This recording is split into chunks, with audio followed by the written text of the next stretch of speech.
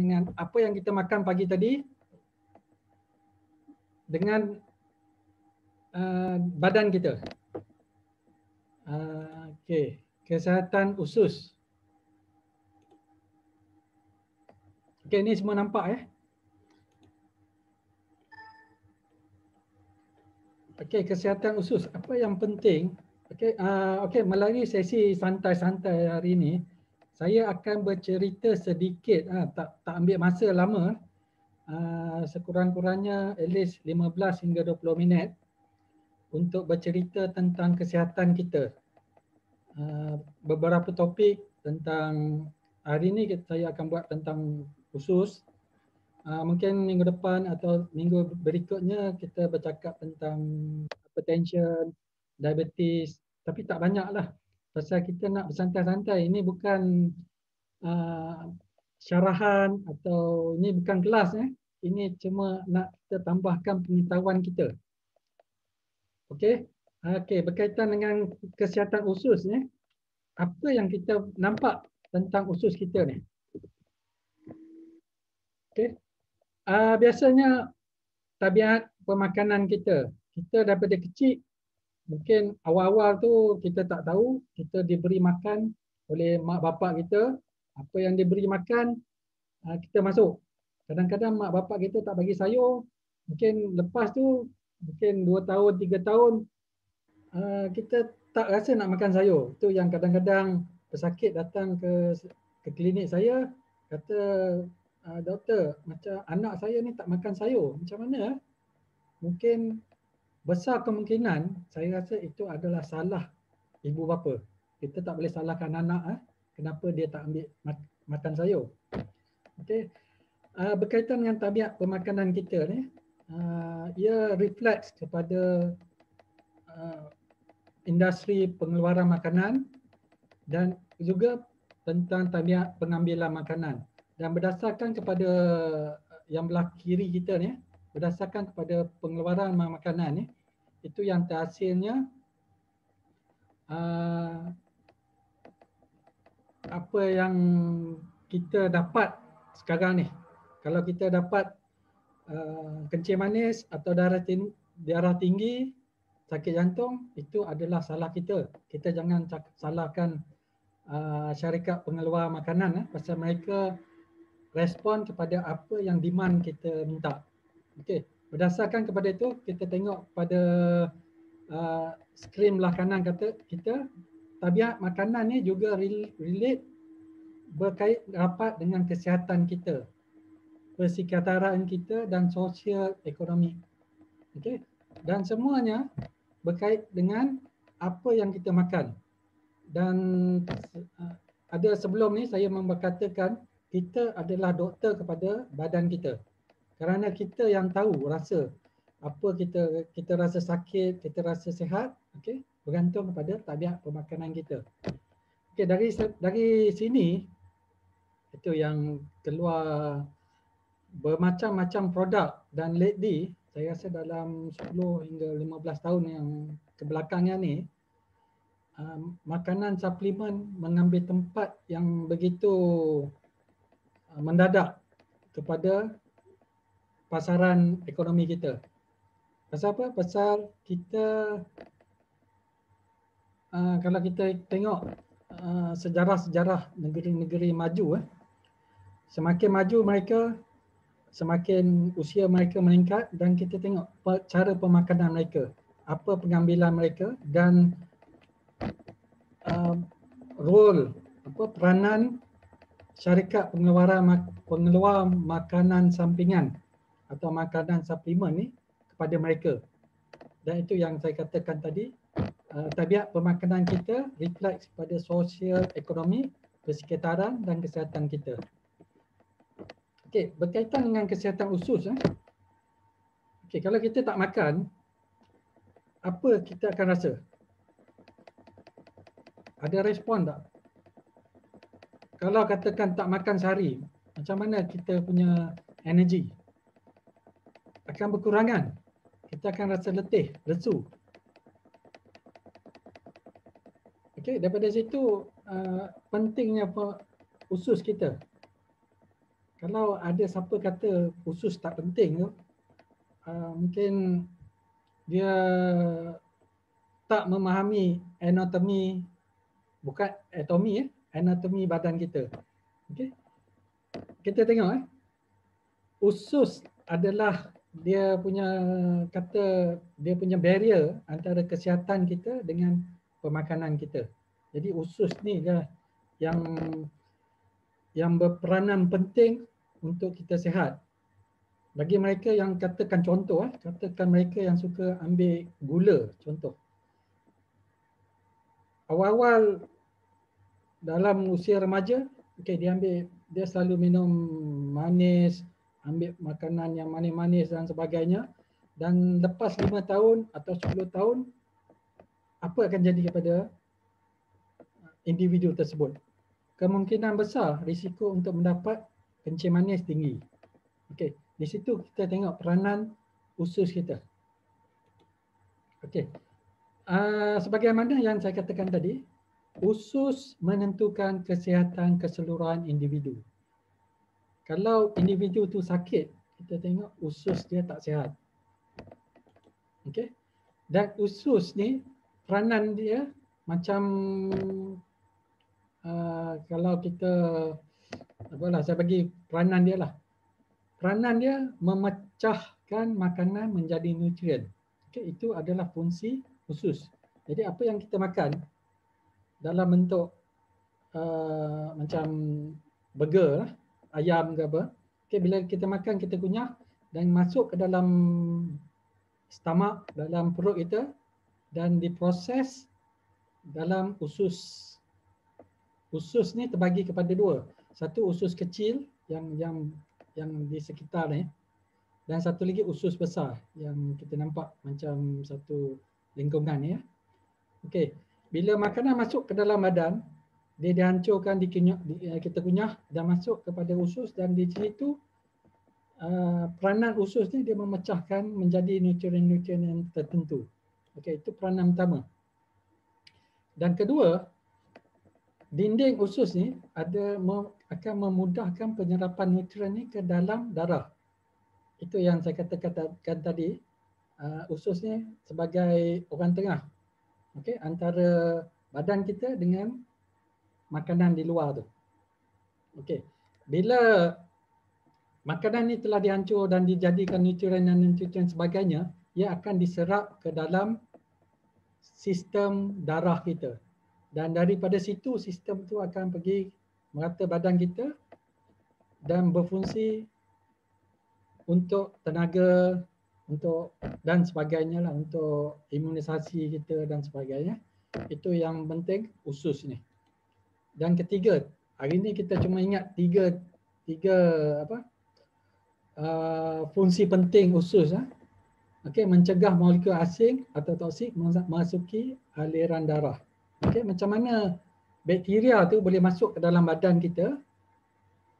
Okey, dan macam mana ia dapat mencegah usus ni, dinding ni usus, mencegah bakteria tersebut dari memasuki sistem darah kita dan menyebabkan kita sakit. Okey, boleh tak perlu ingat banyak-banyak. Satu yang penting kita ingat, dia memecahkan makanan yang kita makan tu jadi nutrien. Nutrien ni penting untuk badan kita, untuk tenaga, untuk dan sebagainya, fungsi-fungsi lain lah. Okay. Satu. Yang kedua, penyerapan. Usus memain peranan, dia menyerap nutrien ke salur darah. Daripada salur darah tu dia masuk ke sistem badan kita, dia pusing ke otak, ke jantung, ke buah pinggang dan macam-macam lah, ke jari dan sebagainya, untuk tenaga, untuk tisu-tisu kita hidup. Dan ketiga, dia mencegah bakteria atau benda-benda toksik dari masuk ke dalam badan kita. Okey, itu adalah fungsi. Jadi kalau usus kita tak sihat, kita akan dapat penyakit. Okey, secara yang saya katakan tadi, Kalau usus kita tak sihat, memang jadi penyakit tu akan datang lah. Penyakit yang biasa, yang kita biasa dengar, penyakit seperti diabetes, hypertension, sakit jantung. Okey, orang banyak cakap pasal kolesterol tinggi. Kolesterol ni datang daripada mana? Daripada makanan kita. Penyakit darah tinggi. Penyakit darah tinggi disebabkan oleh pemakanan garam yang berlebihan. Okay. Kebanyakan dia disebabkan oleh pemakanan garam yang berlebihan. Okay. Bila makan berlebihan, dia menyebabkan hypertension.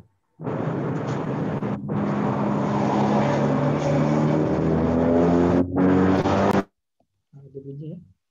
Okey, apa yang kita perlu buat kalau kita tahu peranan usus dan kita perlu tahu apa yang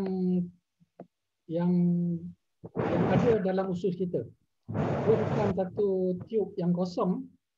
Dalam badan kita ni penuh dengan, terutama kolon usus kita, penuh dengan bakteria. Dan dinamakan bakteria ni dinamakan microflora. Dia adalah bakteria. Dan bakteria ni ada bakteria baik, ada bakteria jahat. Okay, yang senang kita ingat, dalam kolon ada bakteria baik dan bakteria jahat. Dia seimbang. Apabila kita sihat, dia seimbang, di mana bakteria baik memain peranan untuk suppress bakteria jahat ni dari menyebabkan kita sakit. Okey, apabila kita sakit, okey, ini menunjukkan yang bakteria jahat dalam badan, macam contoh dia diarrhea, okey, jangkitan kuman, demam dan sebagainya. Dan ini menunjukkan yang usus kita tak sihat, di mana bakteria jahat ni akan naik, akan tinggi berbanding dengan bakteria baik. Okey. Dan kaitan antara usus dengan immune system. Okey, banyak kita dengar pasal immune system. Kita ambil produk-produk kesihatan macam hemohim menyebabkan immune system kita tinggi. Ya. Itu yang memain peranan bakteria yang baik ni, microflora yang baik, dia akan membantu kita menyerap contoh hemohim masuk ke dalam badan kita. Kalau kita sakit, okay, bakteria jahat ni tinggi, okay, menyebabkan penyerapan makanan suplemen yang kita ambil tu akan terberhenti, tersekat.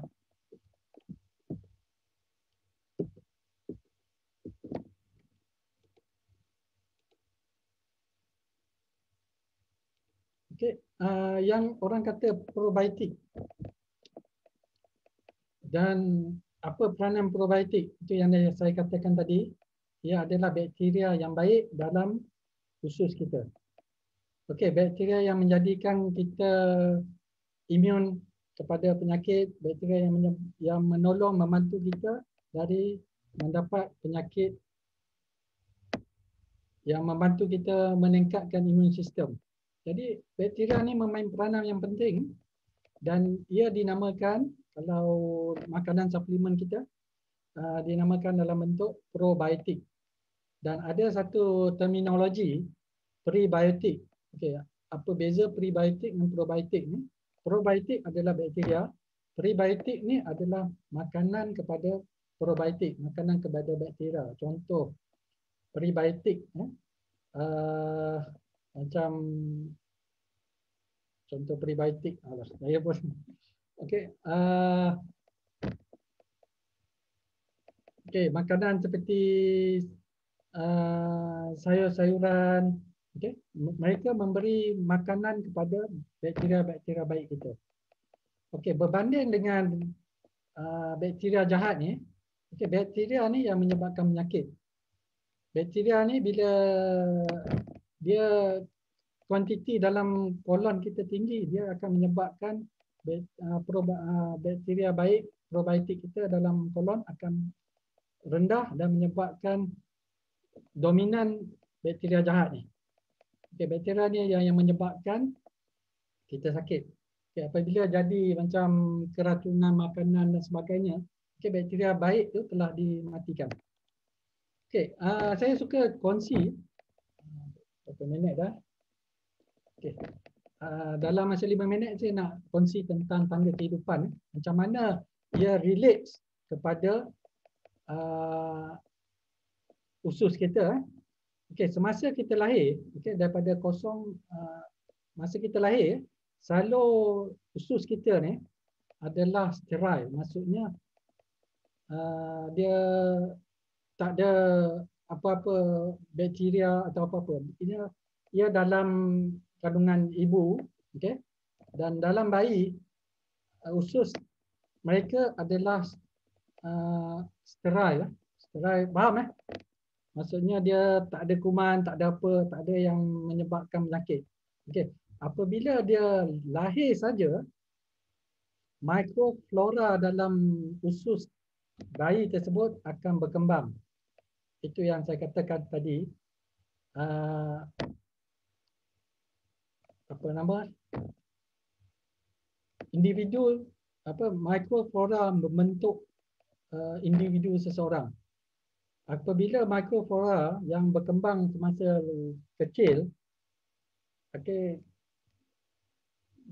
bakteria-bakteria ni apabila kita ambil antibiotik, benda-benda toksin akan menyebabkan mikroflora, bakteria yang baik ni mati, dan ia refleks kepada kita apabila kita berusia nanti. Okey, itu yang ada setengah tu. Ini ada teori Ada setengah tu mengatakan ada yang orang yang mendapat penyakit, orang yang mendapat allergic dan sebagainya. Ia refleks daripada pemakanan kita sejak kita lahir. Pasal mikroflora macam juga organ-organ dalam bayi, okey, dia berkembang, dia matang. Tisu-tisu tersebut matang. Sama juga dalam usus, mikroflora bakteria-bakteria ni dia akan berkembang, dia akan menjadi banyak, okey. Dan dia bergantung kepada diet yang diberi kepada baby tersebut. Okey. Dengan kadar yang berbeza, dia berkembang kolonisasi. Bakteria-bakteria ni berkembang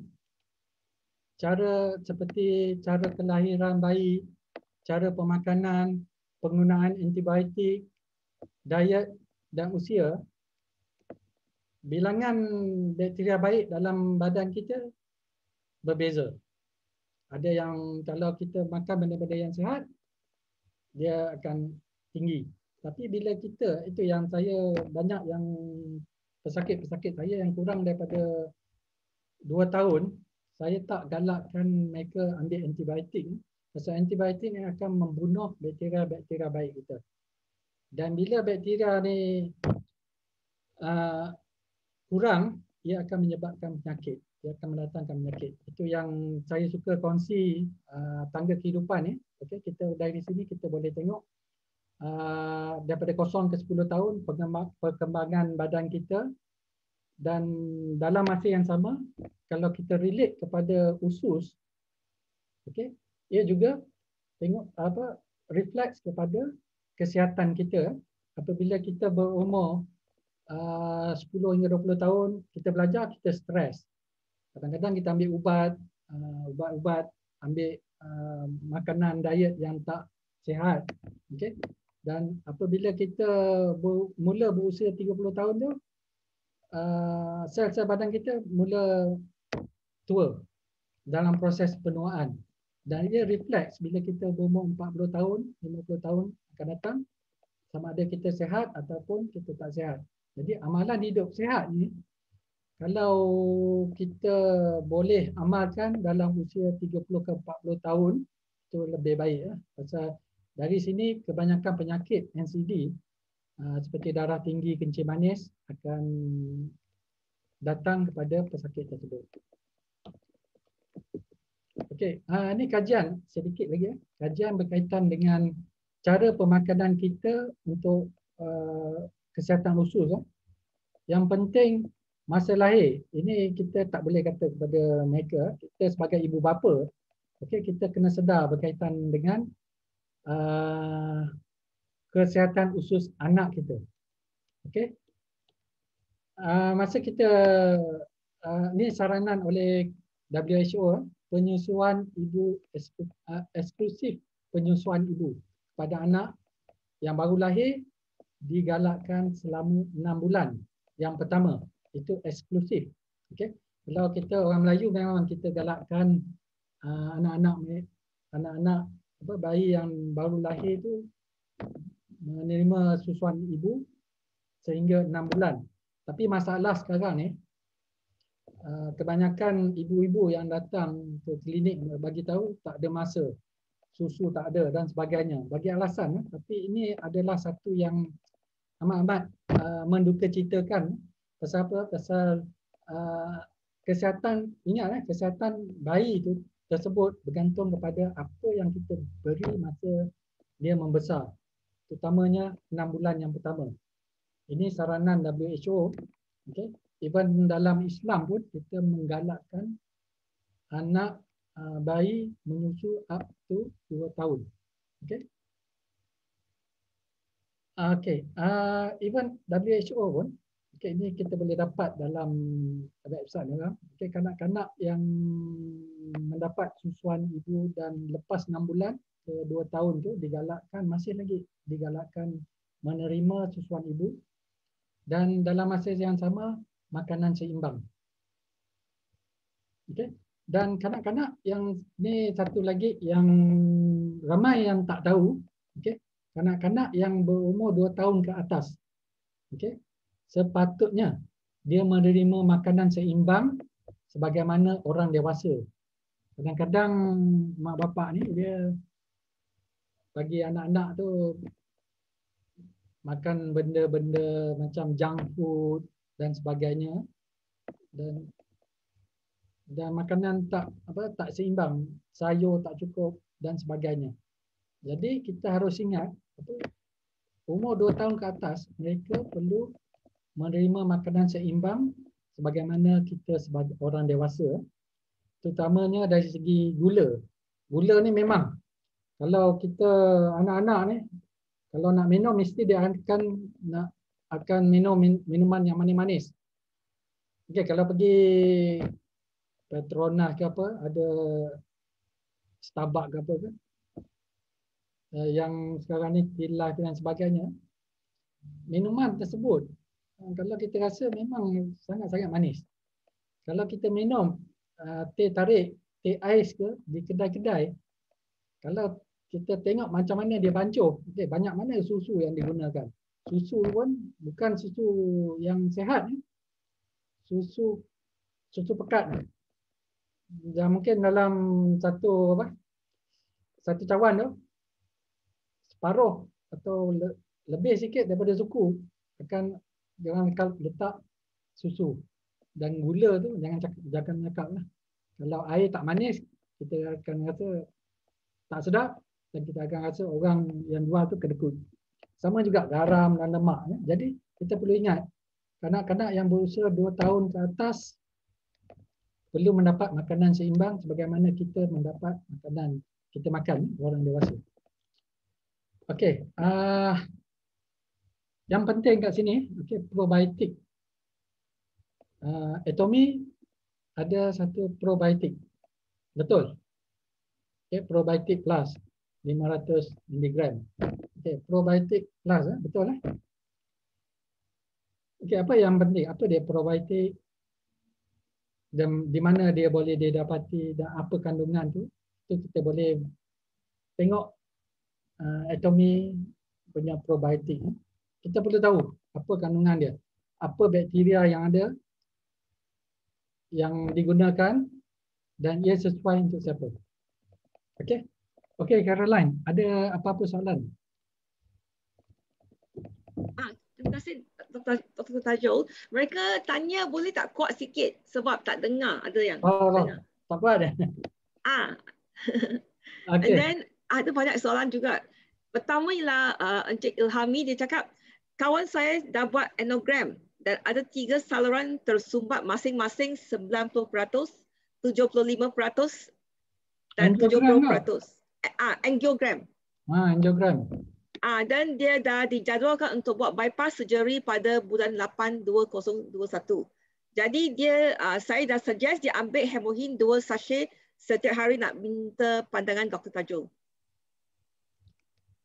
Okey, berkaitan dengan sakit jantung, hemohim boleh diambil. Tapi dalam masa yang sama, untuk hemohim bertindak dengan lebih berkesan, okay, sebagaimana saya katakan tadi, probiotik, kita perlu ambil probiotik at least bangun pagi sebelum makan kita ambil probiotik, dan makan sarapan, dan lepas makan kita ambil hemohim, dan boleh untuk penyakit jantung, elok untuk penyakit jantung. Tapi jangan berhenti dari follow up hospital lah. Sakit jantung ni something yang unpredictable. Kita tak boleh ramalkan. Katakan kita sakit jantung ni dia belah kiri Jangan pasal ada setengah tu dia kata sakit jantung belah kanan. Jantung kita belah kiri. Okey. Apabila kita rasa sakit jantung ni, kalau nampak kalau ada blok atau apa-apa, kita akan rasa sakit di sebelah bawah lengan kita hingga ke situ. Dan kadang-kadang sakit jantung ni dia mirip sakit gastritis, sakit di ulu hati kita. Okay. Jadi kalau katakan mereka yang berusia 40-50 tahun, okay, kena aware, kena berhati-hati dengan simptom-simptom sakit jantung ni. Okay. Sebagaimana yang saya tunjuk tadi, tangga kesihatan bagi mereka yang belum didiagnose penyakit apa-apa, umur 30 ke 40 tahun adalah masa untuk kita berubah. Okay, daripada kalau kita makan benda-benda yang tak berkhasiat, 30 tahun ke atas tu, kita kena tukar cara hidup kita. Amalkan gaya hidup sihat. Okey. Okey, soalan tadi okey. Jadi ada soalan yang berikutnya? Soalan seterusnya ialah dari Mario. Ada tak? Sebab tadi dia punya phone banyak bising, so saya taruh dekat waiting room. Tak tahu dia dah keluar balik tak. Okey, Mario tanya, kalau rasa burning ulu hati dan rasa mual, nak muntah, kadang rasa air pedih shoot ke tekak, adakah dia petanda gastrik yang akan bermula? Sebab dia cakap kadang-kadang dia miss breakfast, tapi yang nampak sangat ialah bila makan berunsur pedas, pada masa itu juga air pedih shoot ke tekak. Tak kira breakfast, lunch atau dinner.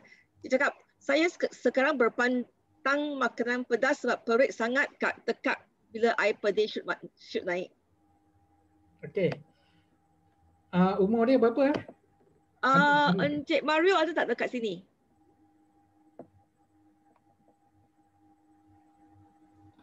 Umur ni penting bagi saya. Kalau katakan dia mungkin sudah cabut. Saya cek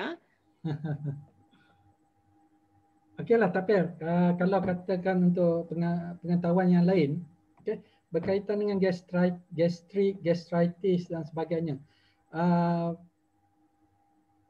Untuk pengetahuan, gastritis, gastrik, kalau kita bahasa Melayu kita kata gastrik, tapi dalam terminologi perubatan kita katakan gastritis. TIS tu menunjukkan inflammation, keradangan. Okay. Gastrik ni pun merupakan satu keradangan di ulu keradangan perut. Dan mengikut kata Encik Mario tadi, okay, besar kemungkinan ia adalah tanda-tanda gastritis, tapi dalam peringkat yang agak serius. Okay, yang biasa saya suggest, kalau katakan umur dia 30 tahun ke atas, okay, saya suggest dia buat skop, kita tengok dalam usus dia apa yang terjadi. Pasal kemungkinan bila dia rasa angin macam rasa terkeluar ke mulut, kadang-kadang dia terjadi waktu malam bila kita tidur, kita supine, kita baring, okay, biasanya konten kandungan dalam usus tu akan terkeluar ke esophagus, salur pemakanan kita. Dan bila keluar tu yang dia terasa nak macam rasa nak muntah, okey, rasa pahit. Dalam kondisi ini mungkin ada satu penyakit hiatus hernia di mana antara usus kita dengan perut, okey, usus dengan perut dia ada satu sphincter, ada satu macam injap untuk mengelakkan kandungan dalam perut tu masuk balik ke dalam salur pernafasan kita.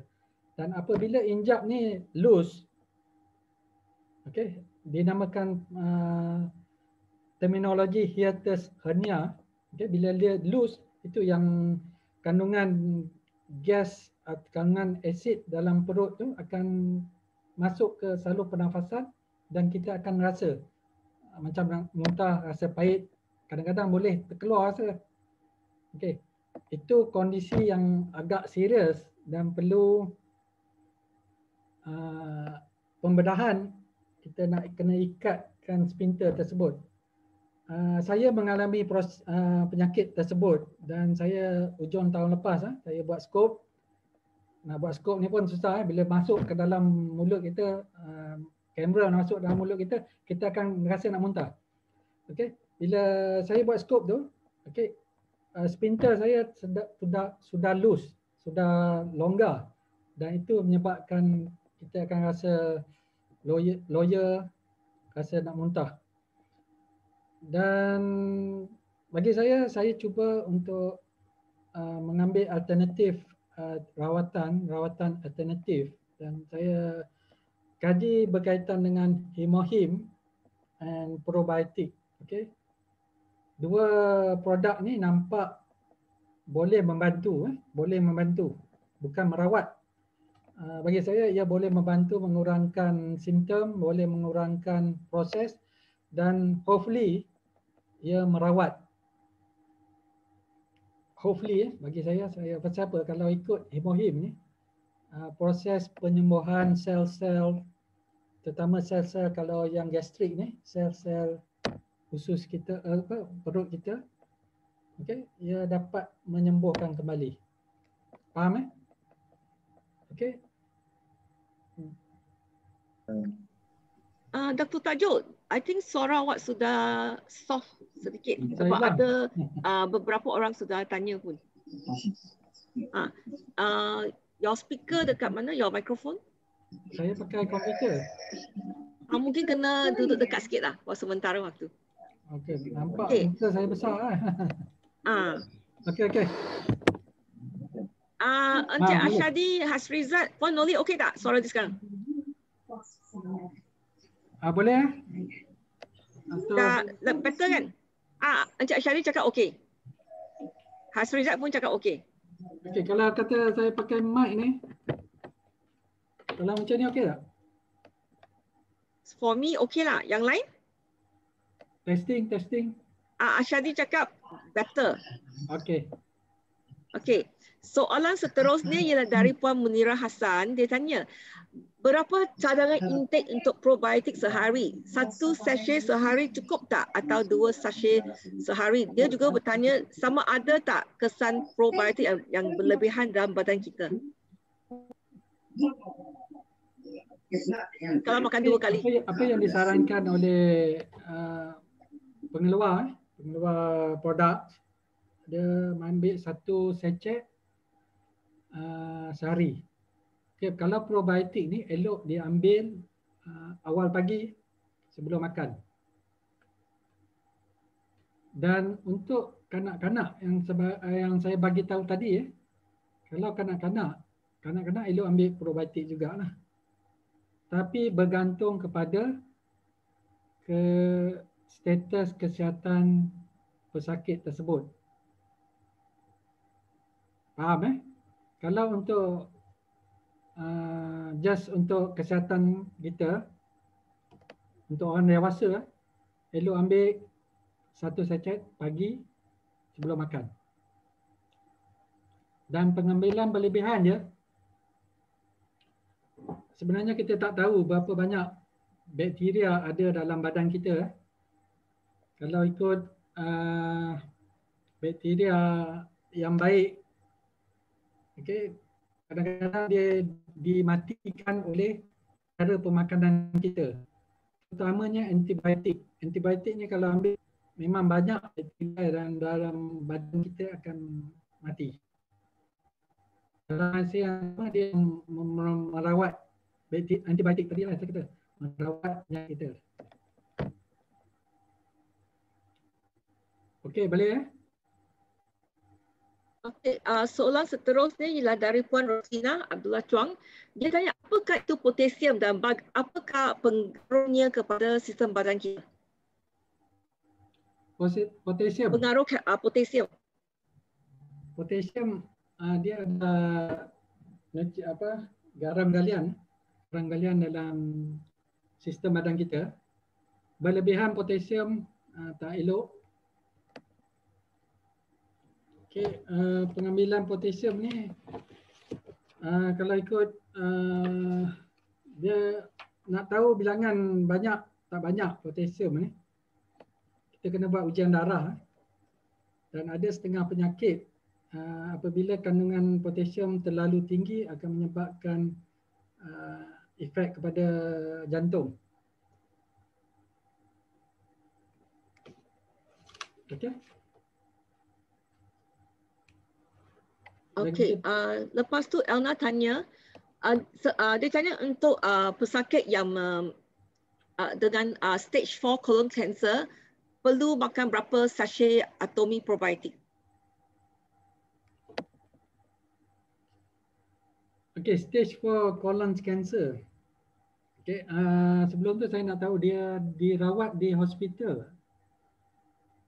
Okay, Cik Elna ada tak dekat sini? Tak apalah. Kalau patient yang mendapat rawatan, ada Ya, dia sudah potong dia punya usus, so sekarang dia ada itu stoma lah. So sekarang dia ada stoma, so dia tak ada buat kemo, tapi sudah buat satu set radioterapi. Radioterapi dia buat 25 kali tapi dia sudah stop. So tak ada ubat, sahaja ubat untuk darah tinggi. So sekarang dia tengah makan Himohin, vitamin C dengan probiotik. So I nak tahu sekarang dia makan 1 paket sehari.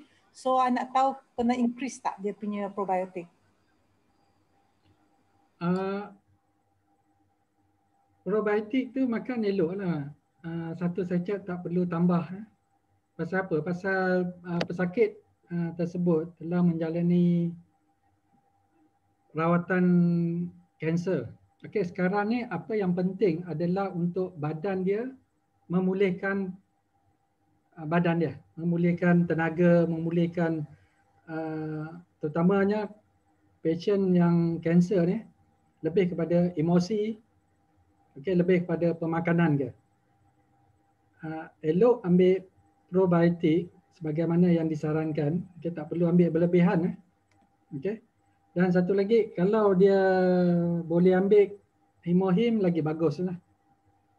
Okay, ia bagi mencegah, memulihkan, menaikkan kembali imun sistem. Ada pendapat yang menyatakan bahawa kanser berkait rapat dengan sistem imun badan kita. Apabila sistem imun badan kita compromise, macam kita sistem imun kita rendah, contoh sistem imun kita rendah, kanser ni akan pop up, akan muncul. Itu ada setengah pendapat lah mengatakan. Jadi itu yang penting bagi kita untuk mengekalkan sistem imun badan kita.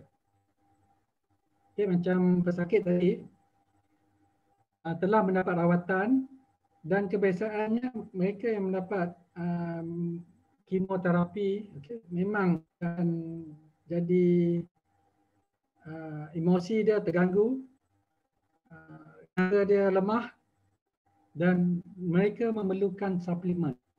Okay. Dan saya perlu katakan sekali lagi produk-produk food supplement ni bukan ubat . Itu kita kena ingatkan dalam pemikiran kita, dan ia membantu dari segi ketahanan imun sistem, ketahanan badan kita melawan penyakit. Okey, Balik ada kepada lagi? Wan Roslina tadi, dia Suara cakap okey, suami dia dah berlebihan potasium. Apakah makanan yang perlu dikurangkan? Makanan yang perlu dikurangkan. Your connection dah.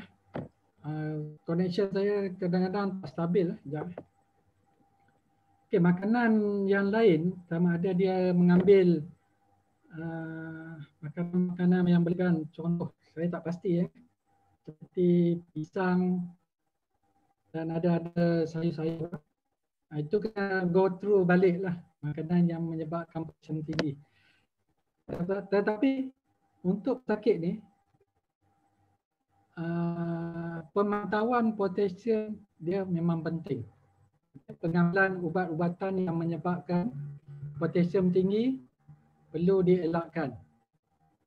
Kat sini saya tak pasti, nanti saya akan rujuk balik apa yang menyebabkan potasium tinggi. Okey. Dr. Tajul, saya dapat message cakap your admin, your nama is admin kan, your bandwidth sangat rendah. Itulah. Kadang-kadang sini dia punya connection problem sikit. Okey. Okey, ada satu soalan dari Marani Man. Kita tunggu Dr. Tajul sebentar, dia adjust dia punya internet. Buka pintu. Okey. Okey, ada seorang yang bernama Marani Man. Dia cakap Buase yang sudah dioperate sesuai dengan probiotik atau hemohin. Apa ni? Buase. Yang sudah surgery. Dua-dua elok. Dua-dua elok, okey. Pasal apa? Pasal yang saya katakan tadi probiotik elok untuk usus. Okey, ia yang 3 peranan tadi yang saya katakan 3 peranan penting usus Okey. Probiotik ni akan membantu usus memainkan peranan usus. Okey. Apabila kita mengambil hemohim, okey, kita tengok apa fungsi hemohim. Dia untuk tenaga, untuk imun sistem, untuk memulihkan sel-sel, NK dan sebagainya. Jadi pengambilan kombinasi dua ni saling bantu-membantu. Kalau boleh ambil probiotik sebagaimana yang disarankan waktu pagi sebelum makan, dan hemohim lepas makan. Boleh ya? Seterusnya Encik Hasrizat tanya, isteri dia mengandung 5 bulan, ada sembelit, boleh tak mengambil probiotik? Elok. Itu yang saya katakan tadi, peranan probiotik, peranan usus. Okey. Kalau dia mengandung yang tadi 5 bulan. 5 bulan. Masalah mengandung masalah lain. Okey, bila rahim dalam badan semakin membesar, dia akan tekan salur usus kita lah. Dia akan tekan usus yang menyebabkan kadang-kadang pesakit akan rasa sembelit, susah nak berak. Okey. Untuk pesakit tersebut, jangan, kalau biasanya saya nasihatkan mereka banyakkan makan buah-buahan, benda-benda yang berserat, banyakkan sayur, dan probiotik membantu. Okey. Hi Dr. Tajul, Wisyong here. Maybe untuk menambah apa yang tanya pregnant moms and all that, I think susu-susu yang di pasaran pun ada mengandungi atau diorang ada menambah probiotik. So in general, I think probiotic is recommended lah for prenatal dan postnatal. Sebab susu di pasaran pun memang ada mengandungi juga. Ya. Jadi banyak itulah saya dalam presentasi saya yang awal tadi, okay, banyak yang company telah melihat tentang kepentingan food supplement. Ada yang kadang-kadang yang susu ditambahkan probiotik, macam-macam lah. Okay. Okay, Thank you. Seterusnya, Encik Puan Azima binti Basari tanya, kalau ada batu karang boleh tak makan hemohin?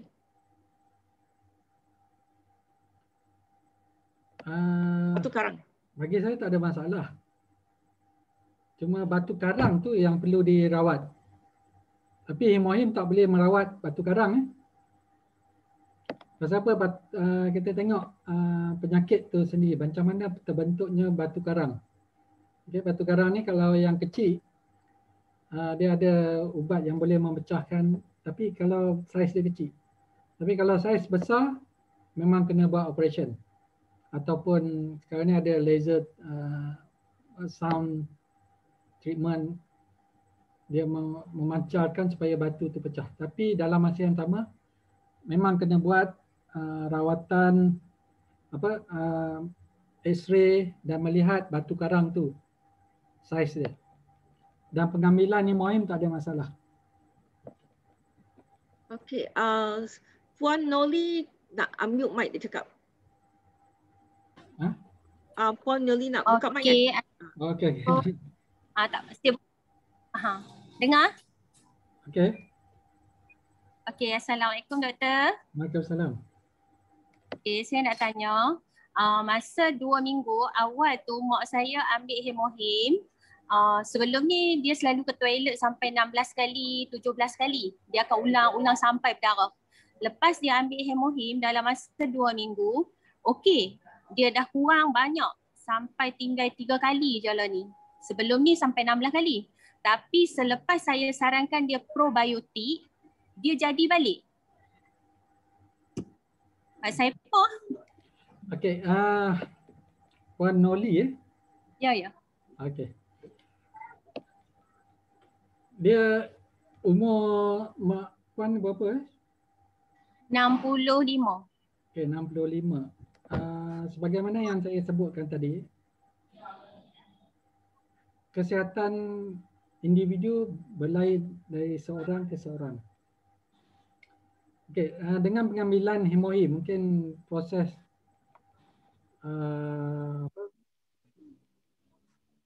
usus dia respon. Okay, kadang-kadang setengah orang dia tak respon kepada suplemen, tak respon kepada ubat-ubatan. Itu yang saya katakan tadi.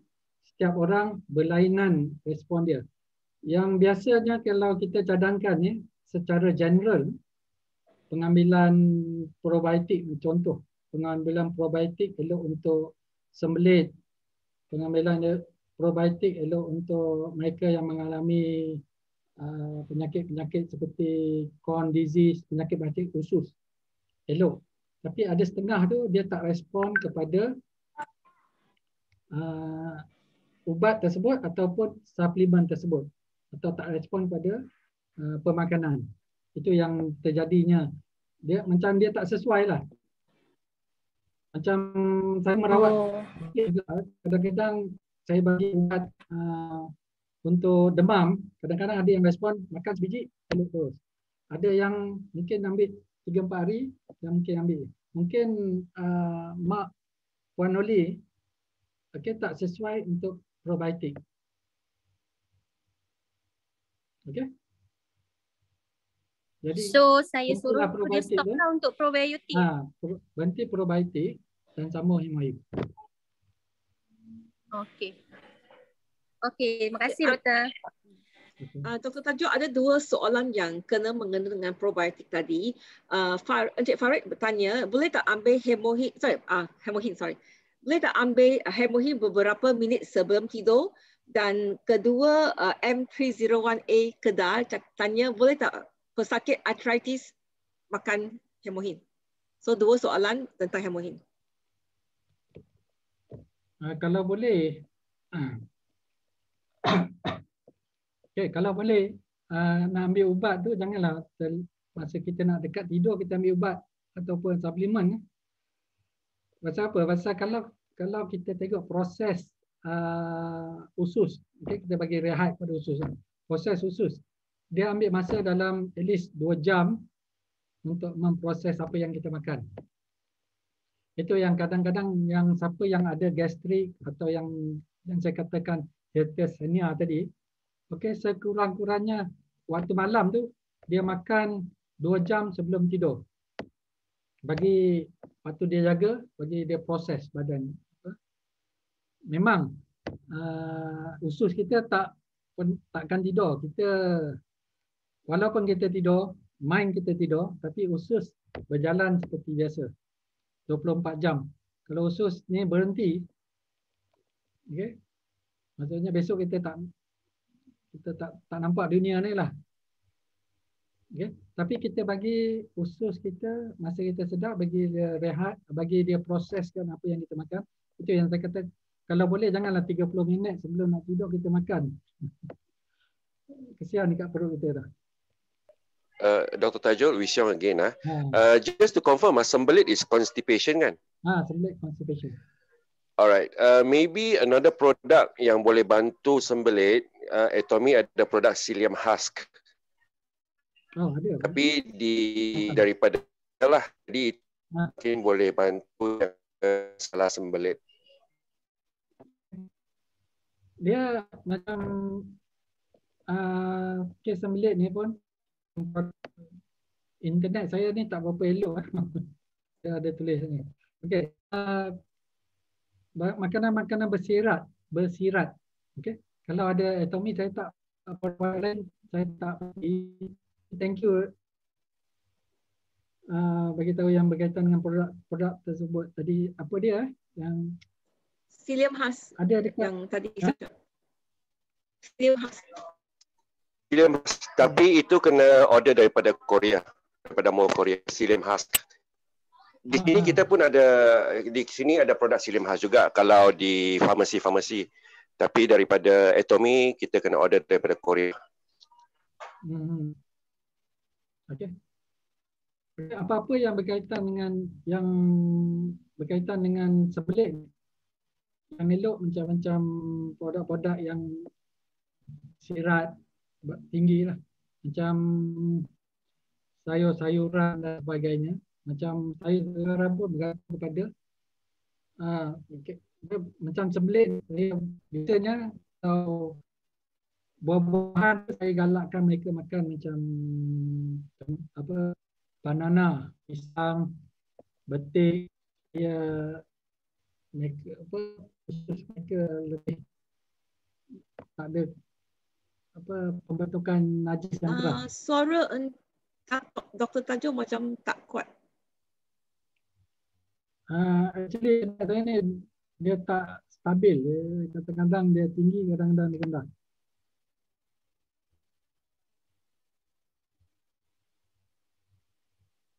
Okay, thank you Wisyong.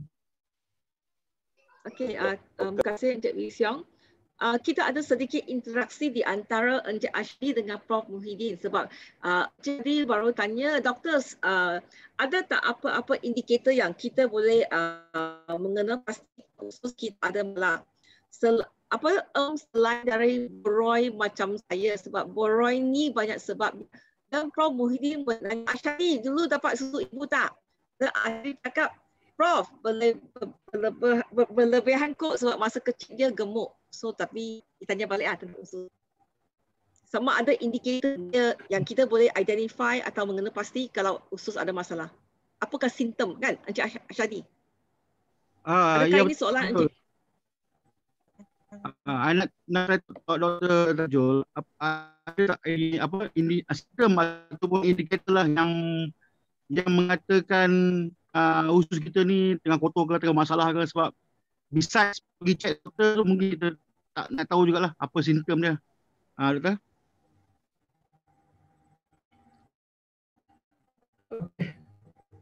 Indikator mengatakan usus kita okey tak okey, salah satu dia salah satu daripada habit bawal kita. Macam berapa kerap kita tandas, berapa kalau dalam perubatan ni, kalau kita nak tengok doktor lagging. Tapi sampai okey tak? Itulah saya dengar pun suara pecah-pecah. Nampak you punya apa line tu merah aja.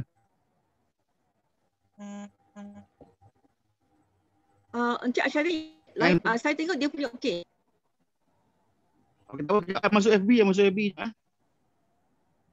Masuk FB. Saya... Sesiapa yang tak jelas boleh masuk ke FB Dr. Tajul boleh berterus. Sudah untuk menentukan. Ya, boleh dengar? Hello? Ya, jelas. Indikator yang secara kasar, indikator yang nak menentukan sama ada bawel kita atau usus kita sihat ke tak sihat. Salah satunya habit kita ke tandas. Okay, kadang-kadang katakan kita makan makanan yang tak elok, macam makanan yang basi, okay? Dan selepas 3-4 jam kita cirit-berit, okay? Itu menunjukkan yang makanan kita makan tak elok, okay? Dan kalau kita sihat, contohlah kalau kita sihat, bawel habit kita normal, kita ketandas sehari sekali, okay, maksudnya bawel kita sihat. Tapi kalau katakan 3-4 hari sekali, maksudnya bawel kita tak proses makanan seperti mana yang normal, ada masalah. Itu yang terjadinya penyakit-penyakit seperti sembelit. Okay. Kalau yang cerit-berit tu daripada pemakanan kita yang tak, daripada makanan yang basi atau makanan yang telah yang ada bakteria dan sebagainya lah. Okay. Dan indikator lain, kita tengok pada BMI kita lah. Tahu kan BMI, Basal Metabolic Index. Kita ukur pasal apa? Pasal saya katakan ini ya, pasal apa yang awal-awal tadi, pembentangan saya tadi, apa yang kita makan refleks kepada apa kesihatan kita. Boleh ya, Cik Asyari?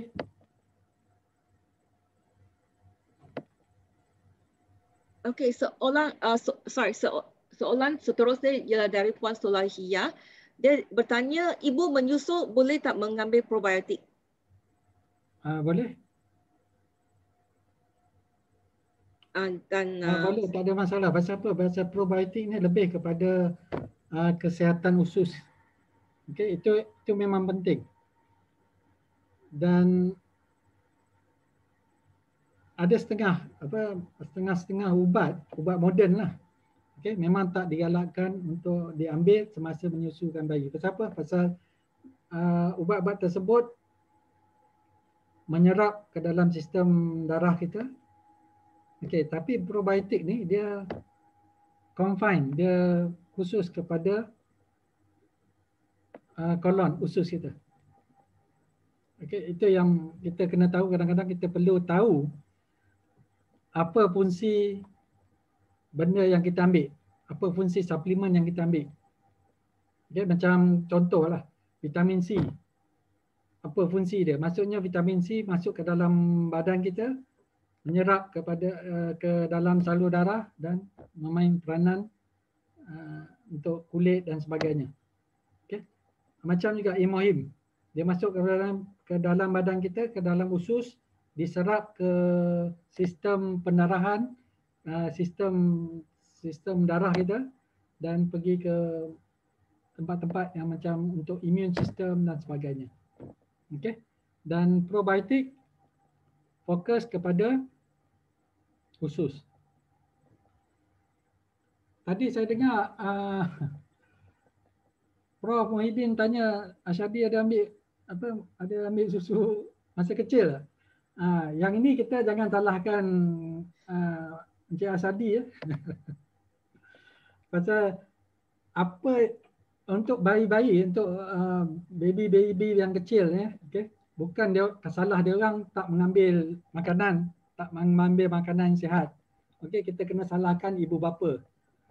Pasal ibu bapa lah yang memberi makanan kepada baby-baby ni, kepada anak-anak mereka. Doktor. Assalamualaikum doktor. Saya nak tanya satu soalan. Sorry ya. Doktor, saya nak tanya, adakah dalam Atomy ni suplemen yang boleh menghilangkan kegelisahan macam tak boleh nak tidur, macam fikiran terganggu? Bukan saya tanyalah, tapi customer saya tanya. Ada tak dalam Atomy ni suplemen yang boleh menghilangkan kegelisahan? Boleh tu doktor jawab tak? Boleh. Okey, so far yang saya fokus pada health product. Mungkin so far yang boleh mengurangkan stres, Imohim ada kajian menunjukkan yang dia boleh mengurangkan stres kepada pemakan, siapa yang memakan Imohim. Jadi Imohim ni sesuai lah untuk mereka yang mengalami stres yang berlebihan. Tapi dia bukan merawat dia mungkin mengurangkan tindak balas dalam badan, keradangan dan sebagainya. Okey, Cik T yang soal. Okey. Kak Yati, terima kasih doktor ya. Itulah kalau boleh suggest dia ambil Imohim. Boleh ya? Okey. Nanti saya beritahu dia. Okey, terima kasih doktor. Dia dah jadi ahli ke apa? Dia dah jadi ahli. Tapi dia tak tahu. Dia macam tak tahu nak ambil yang mana. Sebab dia kata dia macam gelisah, malam tak boleh nak tidur. Macam tu. Kebiasaannya lah kalau untuk bagi efek Imohim dengan lebih berkesan, saya suggest kepada klien saya lah, biasanya saya akan suggest ambil Imohim, ambil probiotik pagi sebelum makan dan selepas makan ambil Imohim pagi, dan waktu malam lepas makan malam ambil satu lagi Imohim. Okey. Boleh Okey. Nazli Biker Boy sudah tanya 2 kali. Kalau ada penyakit hati kering, boleh tak ambil Imohim? Hati kering? Hati kering, tulis penyakit hati kering. Nazli ada tak dekat sini? Hati kering ni macam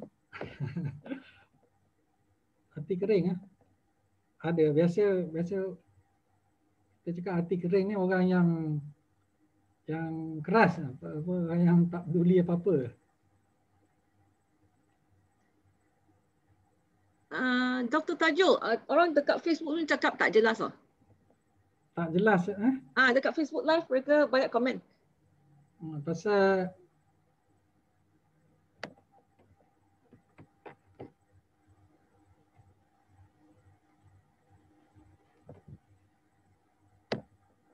internet tak berapa elok rasa kan? Mungkin yang mikrofon itu. Sekarang okey? Saya tutup tadi kok mikrofon. Okey, tak apa. Kita tinggal 15 minit. Hati keras tu saya tak pasti ya. Hati kering. Ashadi nak beli mic untuk you. Boleh. Okey. Bagi apa? Prospek satu ke prospek yang baik kat saya ke okey lah. Lepas tu Puan Nunik tanya, dia cakap, doktor, semasa saya dekat Hospital Memorial Tanjung Bunga, saya terjumpa dengan dua orang adik-beradik Cina. Dia cakap kedua-dua berumur lebih kurang 50 tahun, mereka didapati ada kanser payudara kedua-dua. Jadi terus dia tanya mengapa boleh terjadi. Kerana semua saudara dan adik-beradik semua suka makan makanan yang dibakar. Jadi dia tanya kenapa makanan yang dibakar, ini barbecue boleh mendapat kanser. Barbecue lah tu. Okey, berkaitan dengan kanser payudara, kanser ni dia ada faktor risiko. Okey, faktor risiko dia salah satu dia genetik. Itu yang biasanya kalau dekat hospital, doktor banyak tanya kalau ada pesakit yang datang, dia akan tanya sejarah family history. Itu yang pentingnya family history. Kalau family history ni ada sejarah kanser, risiko untuk pesakit tu mendapat kanser tinggi. Satu lagi, ada dua risiko dekat sini. Satu lagi pengambilan makanan yang dibakar, barbecue. Kalau kadang-kadang ini juga merupakan salah satu faktor risiko untuk terjadinya kanser. Okey, sama ada disebabkan oleh pembakaran daripada cakul, kalau digunakan cakul. Okey. Dan itu dua ni merupakan faktor risiko untuk mendapat kanser. Assalamualaikum. Assalamualaikum doktor. Waalaikumsalam. Okey, doktor, saya ada soalan. Sahabat saya, anak dia baru ni doktor diagnosekan kanser limfoma stage 4. Umur dalam 20 tahun, masih remaja perempuan. Saya suggest dia untuk ambil sehari 1 sachet Himohim. Boleh doktor suggestkan berapa sachet dia boleh ambil untuk sehari? Okey, yang eloknya dua, satu pagi, satu petang. Okey. Okey. Satu lagi yang berkaitan dengan kanser limfoma, ketul-ketul di kelenjar. Betul. Okey. Ini memang perlu rawatan follow up dan sentiasa kena follow up di hospital.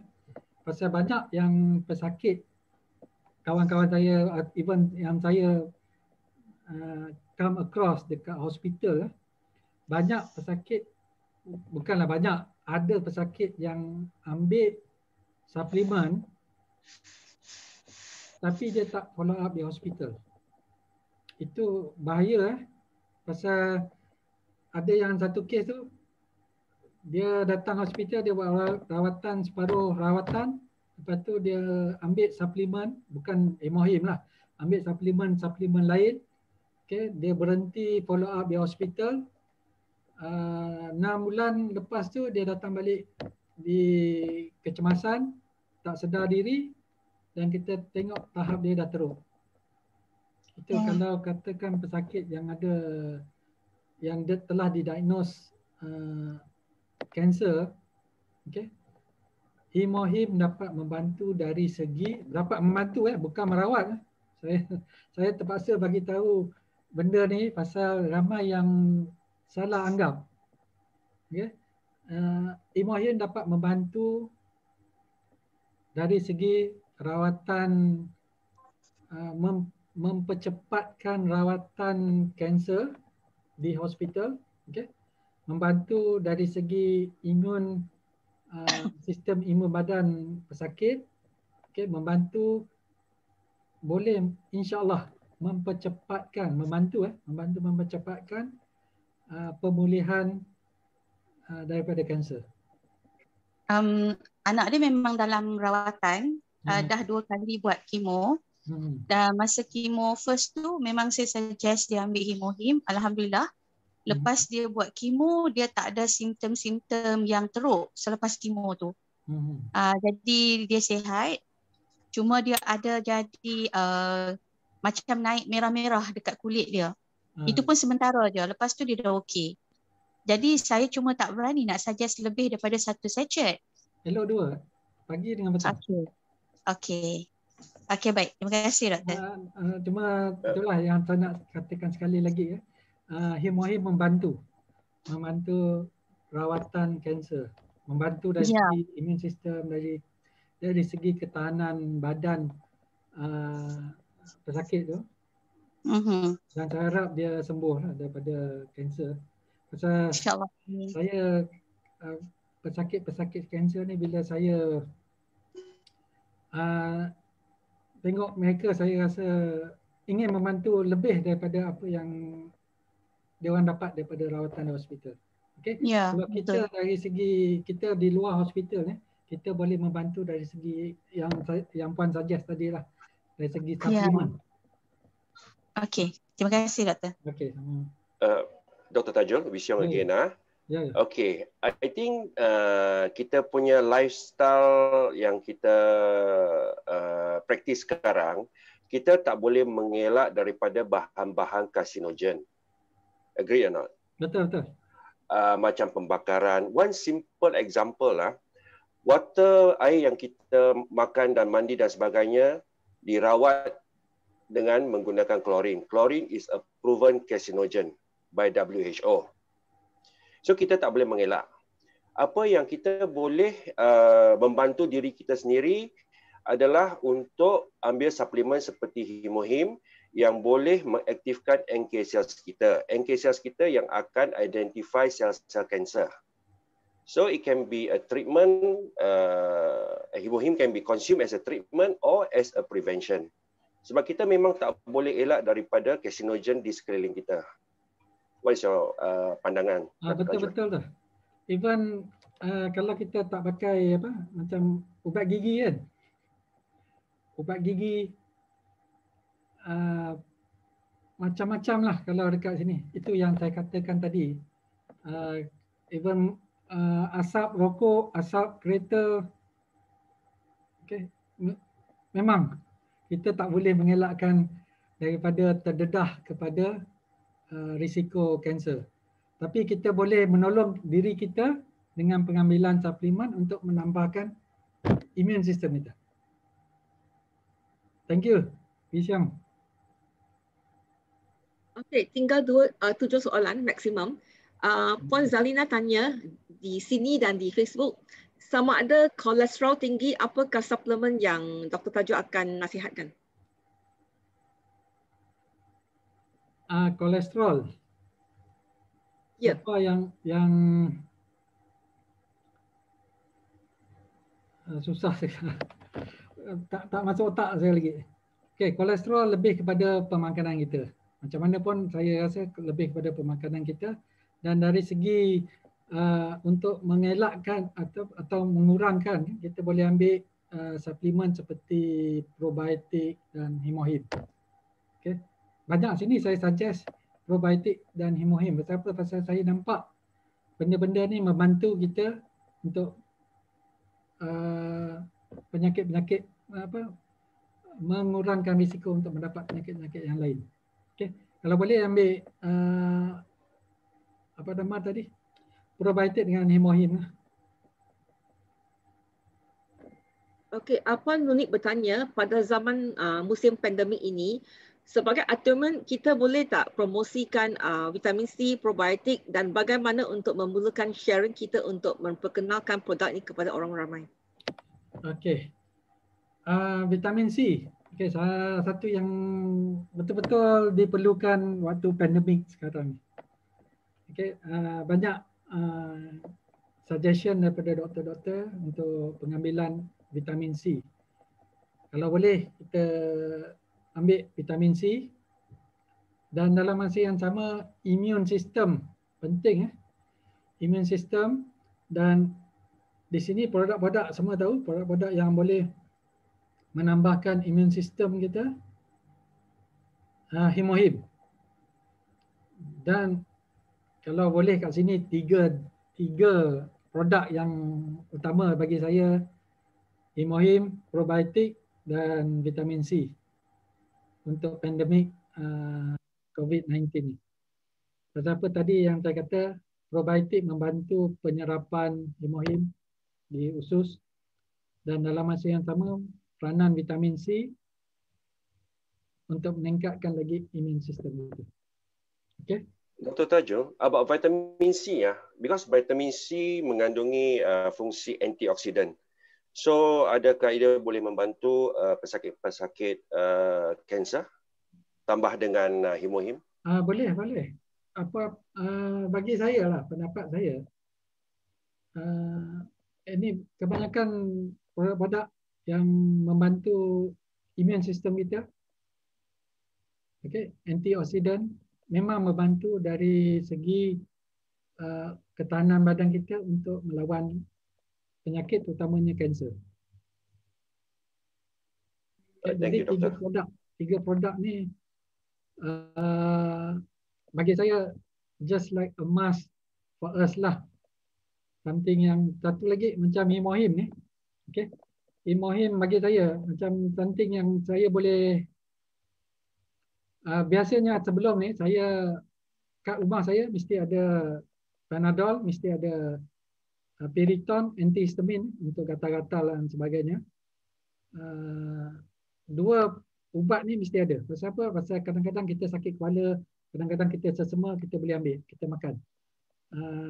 Piriton, okay, antihistamin ni macam sesama, gatal-gatal apa-apa kita boleh makan. Tapi sejak ada hemohim kat sini bukanlah saya nak promote, tapi benda yang elok bagi saya elok ada. Hemohim ni kalau katakan kita terkena gatal-gatal semua, kita boleh ambil tambahan daripada suggestion tadi, satu pagi, satu katakan tengah hari terjadi, kita boleh ambil satu sachet untuk semua, untuk hari elok, untuk sakit-sakit. Tadi ada satu soalan berkaitan dengan sendi, arthritis dan sebagainya. Kan saya rasa hemohim pun elok untuk sakit-sakit tersebut. Kalau sakit kepala, hemohim elok. Sekali makan mungkin akan respon, tapi kebiasaannya bagi saya, kalau saya sebelum ni saya sakit kepala, saya ambil Panadol. Selepas saya tahu tentang hemohim, dia punya fungsi dah, anti keradangan, okay, menaikkan imun sistem. Okay, saya gunakannya untuk diri sendiri. Berkesan. Tapi kadang-kadang kalau dia sakit tu terlalu kuat sangat, terpaksa ambil ubat lain je. Boleh Okey, tinggal 5 soalan terakhir. Puan Munira tanya, doktor, probiotik nak makan 30 minit sebelum makan atau tak ada selang masa? Kalau boleh ada jarak lah. Saya tak nak bagi tahu berapa minit ke. Pasal kadang-kadang dia bergantung pada kita lah. Kadang-kadang kita nak makan, takkan nak tunggu 30 minit lepas tu baru makan. Okay, bergantung pada kita diri sendiri lah. Tapi yang suggest, at least ada gap. Bagi saya ada gap at least 5 ke 10 minit sebelum kita makan. Even selepas makan pun at least ada gap sebelum kita ambil hemohim. Pasal apa? Pasal saya rasa badan kita, usus kita ni terlalu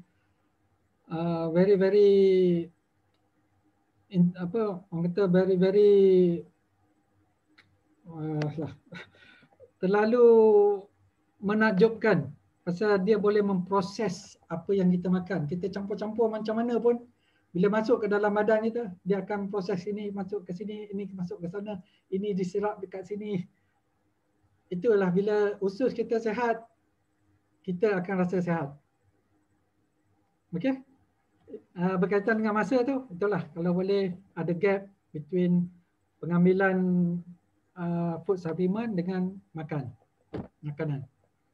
Okey, soalan kita kena cepatkan sedikit lah. Puan Marwah dan Prof Muhyiddin tanya, Untuk mild stroke boleh tak hemohim membantu? Dan sama ada testimoni tentang mild stroke dengan pesakit tentang mild stroke dengan hemohim. Dan Prof Muhyiddin nak tahu sama ada penyakit darah tinggi dan sedang makan 2 hemohim 2 sachet sehari, bagaimanakah menggunakan pengambilan ubat darah tinggi? Lebih kurang berkaitan kan soalan dia? Okey. Stroke. Stroke elok. Hemohim elok. Hemohim sesuai untuk proses pemulihan stroke. Okay, nanti saya akan terangkan macam mana dia punya ni. Tapi hemohim memang proses dia elok untuk stroke. Dan berkaitan dengan tekanan darah tinggi, ada kajian menunjukkan yang hemohim berkesan untuk tekanan darah, untuk menurunkan tekanan darah tinggi. Tapi saya buat kajian, dia tak berapa kesan sebagaimana ubat darah tinggi. Okey. Itu yang saya kata, hemohim bukan ubat. Hemohim bukan ubat, tapi dia ada kesan untuk mengurangkan sedikit tekanan darah tinggi. Saya ada program pengambilan ubat darah tinggi dan pengambilan hemohim. Macam mana kita nak buat untuk mengurangkan dos ubat darah tinggi, dan kita boleh menggunakan hemohim dalam proses untuk mengurangkan tekanan darah tinggi. Nanti saya akan share lah topik berkaitan dengan tekanan darah tinggi. Pasal ini kajian saya sendiri, okay, berkaitan dengan tekanan darah tinggi, dan saya nampak secara 100% nak katakan hemohim mengurangkan tekanan darah tinggi, itu tidak. Tapi dia boleh membantu. Saya ada program nanti. Okey? Okey Prof, boleh ya?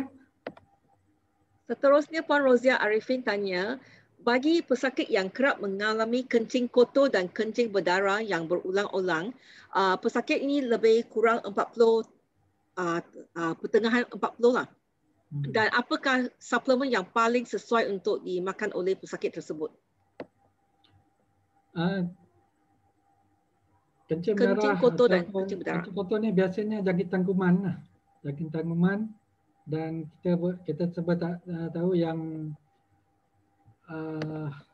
so far hemohim boleh digunakan, tapi bagi saya tak berkesan untuk membunuh jangkitan kuman. Tapi dalam proses untuk pemulihan daripada kencing berdarah, hemohim sesuai. Okey, Encik Farid bertanya, pesakit yang berumur 50 tahun, najis, berlendir dan kerap membuang air setiap kali selepas makan. Adakah ini tanda usus yang tak sihat? Dan kedua soalan dia ialah, semasa bulan puasa nanti, apakah waktu yang terbaik untuk makan probiotik? Okey, berak berlendir itu memang menunjukkan yang usus tidak sihat. Dan usus tidak sihat ni, kalau boleh kita cuba ambil probiotik. Dan pada waktu puasa, sebelum sahur tu bolehlah makan probiotik sebelum makan sahur. Itu saya katakan tadi, janganlah anggap lepas 30 minit sebelum makan, kena ada gap lah sikit. At least 5 minit, 10 minit sebelum makan, kita makan sahur, lepas tu puasa. Okey? Okey? Okey, soalan saya rasa dah lebih masa.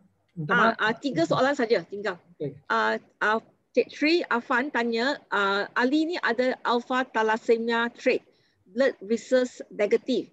Jadi dia tanya doktor, doktor tak galakkan untuk mengambil iron tablet, hanya digalak mengambil folic acid dan tablet dan lain-lain vitamin sahaja. Apakah suplemen yang doktor galakkan? Hemohim boleh tak? Boleh, hemohim, probiotik. Hello. Boleh. Hemohim dengan probiotik. Okey tak, Cik Tri? Okey, I think dia tak sempat. Apa? Caroline, apa? Bukan Encik Tri. Ini Cik Tri. Cik Tri Afan dari Kedah. Tak sama, tak apa. Okey, soalan second last Puan Roslina Abdullah tanya, pada awal pengambilan hemohin, beliau mengalami rashes di perut dan lengan gatal-gatal, tapi sekarang dah okey. Ini macam dia sharing lah. Okey. Kadang-kadang setengah orang dia ada respon kepada produk-produk herba ni, dan kadang-kadang dia boleh tolerate dengan produk tersebut. Okey. Soalan yang terakhir ialah dari Pak Sutikno. Dia nak on mic.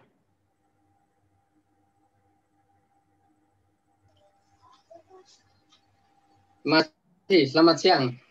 Ada nih. Dr. Rachel, ada yang perlu sampaikan. Soalan yang pertama, sebagaimana kemarin saya sharingkan Dr. Rachel, tapi karena suasananya kemarin guru-guru itu di titik. Begini, saudara saya usia 60 tahun, dia itu kalau minum hemohim sama vitamin C, kemarin saya katakan itu mual. Sebenarnya dianya tuh ingin sekali mengkonsumsi hemohim dan atomi, karena dia itu sudah percaya ya dengan kualitas ini. Kira-kira solusinya apa ini? Kemarin Dr. Rachel sempat menyarankan untuk probiotik ya. Jadi kalau katakan orang yang mual, salah satunya boleh makan probiotik dulu, dan kalau dia nak makan hemohim, cuba dia campur dengan air atau jus yang lain lah. Boleh Pak Tri?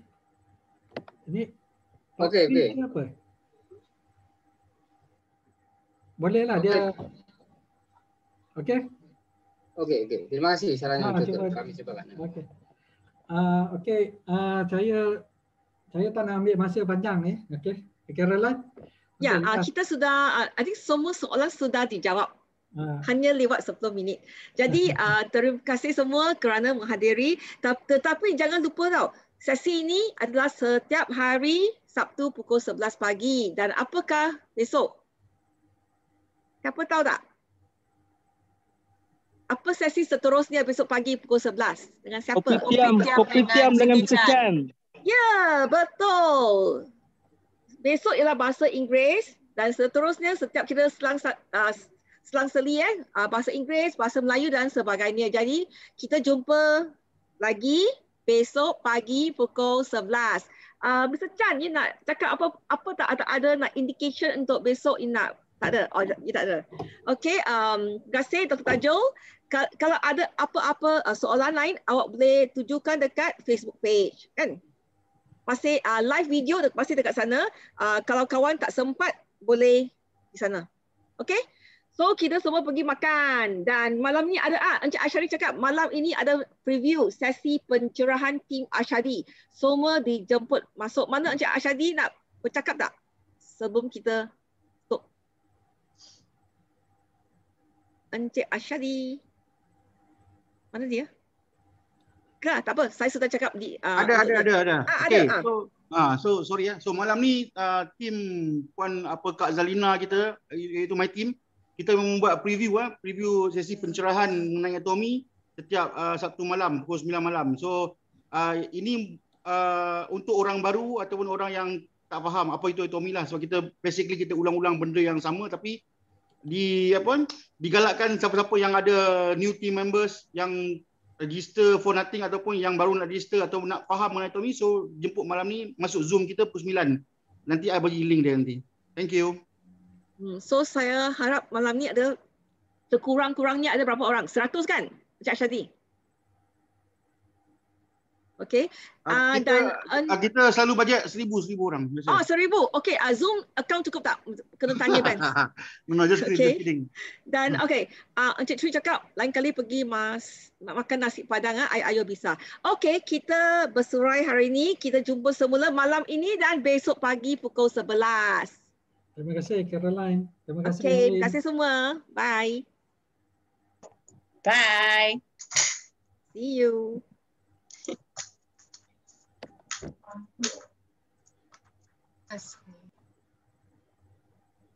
Ada ini.